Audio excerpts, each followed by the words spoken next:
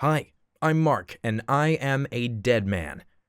I'm joking, of course, but once I had a creepy adventure that'd make the hair stand up on the back of your neck. My own parents buried me alive. You see, they thought I was dead. Curious? Give me a minute and I'll tell you more about that accident. When I was 14, I had an accident. I ran into a car on my scooter. Good thing I wasn't going fast. When the scooter and the car collided, I fell to the ground and hit my head. The car driver immediately ran up to me and asked whether I was all right. Apparently, I didn't feel any pain because of the shock, so I gave a coherent response and told him that I didn't need to go to the hospital. I only asked him to drive me home because my scooter broke. The man agreed. I got in the back seat of his car and passed out. 30 minutes later, he woke me up. I opened my eyes and saw that the car was staying just near my house's courtyard. The man got my scooter out of the trunk of the car, gave me $5,000, and drove off. I never saw him again. I calmly went home, smiled at my mom, and even kissed her on the cheek. She asked if everything was all right because I looked pale and tired. I answered that I was okay and just wanted to lie down a bit because the weather was too hot. Mom answered with a smile, told me that dinner would be ready in a couple of hours, and went back to watching another episode of her favorite series. I went upstairs to my room, laid down on the bed, and woke up in a coffin exactly 1 year later. I can only describe what happened next according to my mom, who has been caring for me during that whole year.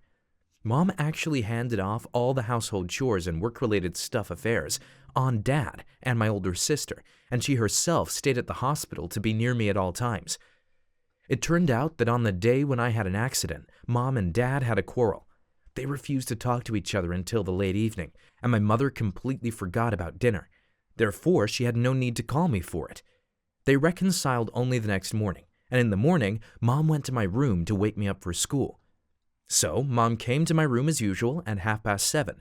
She spent 15 minutes or so knocking at my door, then came in and saw me sleeping in the same attire I had worn the day before.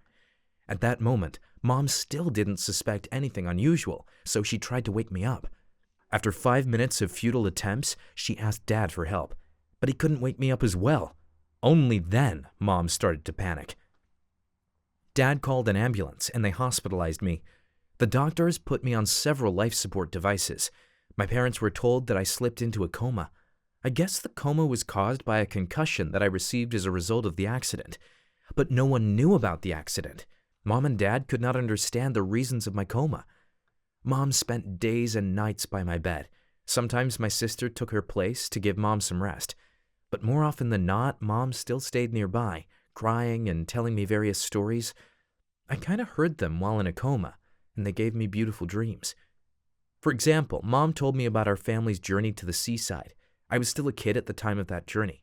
At the seaside, there was a beach shrouded in a thick fog at all times. The fog was so dense that it turned out to be impossible to discern anything in it. Mom told me that I used to hide in the fog and kept silent while my parents were screaming at the top of their lungs trying to find me. She just kept telling me stories, crying all the time. I remember that because I actually felt her tears on my hands. Sometimes Dad came to visit me. I even vaguely remember his words. He was always telling me something about recklessness and unnecessary courage. He told me that Mom was at her limit and that I need to return, to come back. But what could I answer? I was in another world altogether. You see, sometimes I was able to watch the events in my ward from outside. No, I wasn't flying near the ceiling as a disembodied soul or something. I really lived in a different world. That small world had a house that I remembered from my childhood, at the time I had been inhabited by my grandparents. But in my small world, there was no one in the house but me. There were lots of strawberries and raspberries nearby, so I never felt hungry. There was a stream, so I often swam there. And once I even went further and found the seashore shrouded with a thick fog, just like my mother told me. And I even hid there, just like when I was a child, only now there was no one to look for me. I spent the whole year living in that small world, but in reality, my unconscious body was just lying on a hospital bed. Mom cried over it. Dad sometimes verbally lashed at it, and I rarely could hear my sister snoring from beyond the veil, so to say. Frankly speaking, that state of affairs felt strangely comforting. They fed me, cared for me, and even cried over my body. However, the whole situation was incredibly stressful for my parents. Mom was on the verge of a nervous breakdown. She lost weight and looked peaky. Dad threw himself into work. He spent all his time in an office and only rarely came home. And my sister just moved away, leaving the parents alone with each other and the comatose son. My future was vague and uncertain. My attending physician even told my parents that there was no positive dynamics. According to his words, I had brain damage and turned into a vegetable. Therefore, he advised Mom and Dad to take me off life support and bury me in peace. If I was able to hear his words from my little world, I definitely woke up with laughter. Dad accepted that offer rather quickly. I suppose he was extremely tired of Mom's depression and most probably already got a girlfriend on the side. Mom, on the other hand, fought a valiant battle, and I'm really thankful for that. However, in a few days, she gave up. Dad and doctor had finally prevailed. They unplugged me. That's where the next step of my story began. Mom told me that my funeral ceremony was magnificent. The parents invited all of my friends. Mom cooked a lot of delicious food, including my favorite muffins. I know it sounds weird, but apparently all the guests were satisfied and everything went well. I was put in a spacious black lacquered coffin with an opening lid. That way all the guests could come up and say goodbye to me. Even Dora, the girl who I really liked, came to my funeral and extended a few words of farewell. It would have been an exemplary funeral, except the fact that I was actually alive for all that time. Of course, the funeral ended when they buried me, but that's obviously not the end of my story. After all, otherwise I couldn't be able to tell you it. That was the most horrible awakening in my life. I woke up in complete darkness.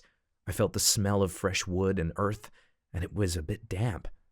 At first, I did not understand where I was. For a few seconds or so, I even thought it was a hoax of some kind. I couldn't understand why I wasn't able to move and why it was so dark.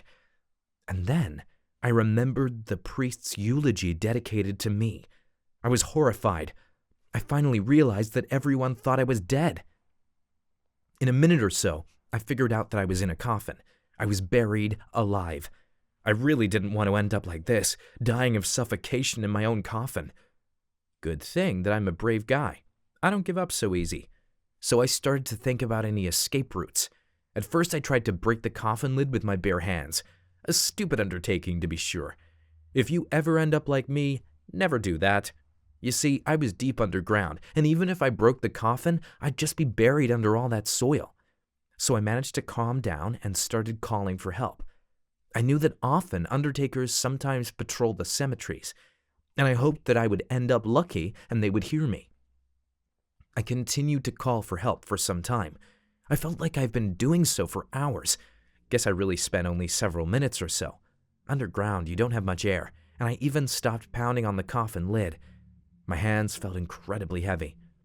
Finally, I heard the sound of a shovel striking the lid of the coffin. I gathered all my remaining energy and started screaming even louder. That's when I heard a voice from the outside. Some unfamiliar man told me that he was already in the process of digging me out, and that I should probably save my strength. And finally, someone opened my coffin. The moon shone brightly in my eyes, and I saw a truly hideous face that probably belonged to an undertaker. I took a deep breath and fainted. When I woke up, I was at the hospital yet again. My mother was standing near my bed, tears running down her cheeks. There was also my sister in the room, sitting in a chair in front of my bed. Dad was absent. Mom later told me that they divorced while I was comatose.